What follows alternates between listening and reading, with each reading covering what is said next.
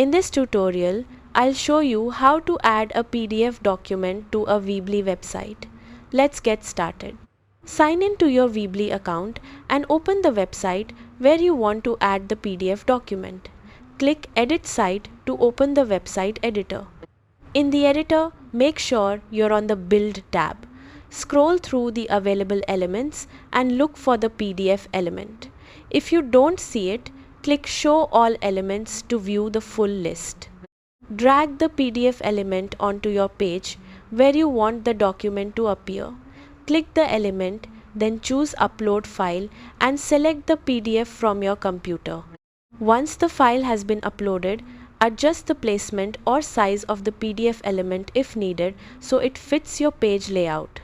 Preview your website to make sure the PDF displays correctly and can be opened or downloaded by visitors. When you're happy with the result, publish your website to make the changes live. That's how to add a PDF document to a Weebly website. Thanks for watching.